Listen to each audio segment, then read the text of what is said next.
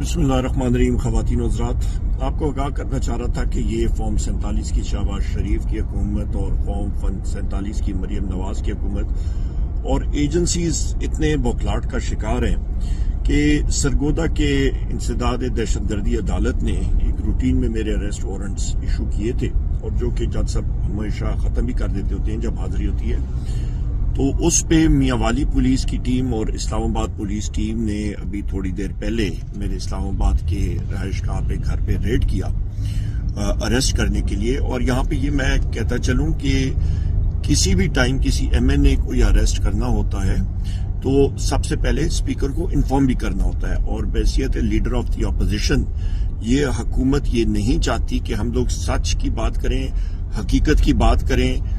मोहसिन नकवी और इन लोगों की 450 अरब रुपए के गंदम स्कैंडल की बात करें, बिजली की महंगाई की बात करें, अफराद ज़र की बात करें, महंगाई की बात करें, इनकी करप्शन की बात करें, इन्होंने अवाम का जो मैंडेट चुराया है उसकी बात करें, हमारे जो साथी वीगो डाले उठा के एजेंसीज वाले उठा के जाते हैं हम लोग उसकी बात करें, हम लोग अपनी महबूब कायद वज़ीर-ए-आज़म इमरान खान साहब, बुशरा बीबी और अपने साथियों की कैद के बारे में बात करें, हम लोग ये बात करें कि वज़ीर-ए-आज़म इमरान खान साहब को एक छोटे से डेथ सेल में रखा हुआ है, हम लोग उसकी बात करें।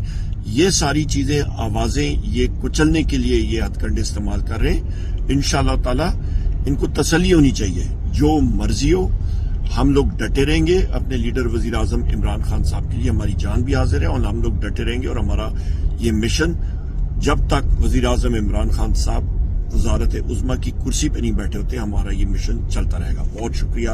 अस्सलाम वालेकुम। बिस्मिल्लाहिर्रहमानिर्रहीम। ख़वातीन और हज़रात, आपको आगाह करना चाह रहा था कि ये फॉर्म 47 की शहबाज शरीफ की हुकूमत और फॉर्म 47 की मरीम नवाज की हुकूमत और एजेंसीज इतने बौखलाहट का शिकार हैं कि सरगोदा के इंसदाद दहशतगर्दी अदालत ने एक रूटीन में मेरे अरेस्ट वारंट्स इशू किए थे, और जो कि जज साहब हमेशा ख़त्म भी कर देते होते हैं जब हाजिरी होती है।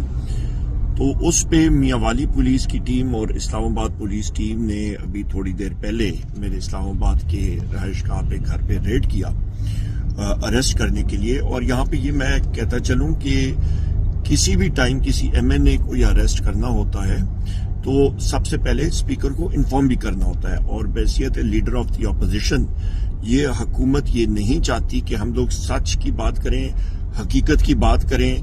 मोहसिन नकवी और इन लोगों की 450 अरब रुपए के गंदम स्कैंडल की बात करें, बिजली की महंगाई की बात करें, अफराद ज़र की बात करें, महंगाई की बात करें, इनकी करप्शन की बात करें, इन्होंने अवाम का जो मैंडेट चुराया है उसकी बात करें, हमारे जो साथी वीगो डाले उठा के एजेंसीज वाले उठा के जाते हैं हम लोग उसकी बात करें, हम लोग अपनी महबूब कायद वज़ीर-ए-आज़म इमरान खान साहब, बुशरा बीबी और अपने साथियों की कैद के बारे में बात करें, हम लोग ये बात करें कि वज़ीर-ए-आज़म इमरान खान साहब को एक छोटे से डेथ सेल में रखा हुआ है, हम लोग उसकी बात करें।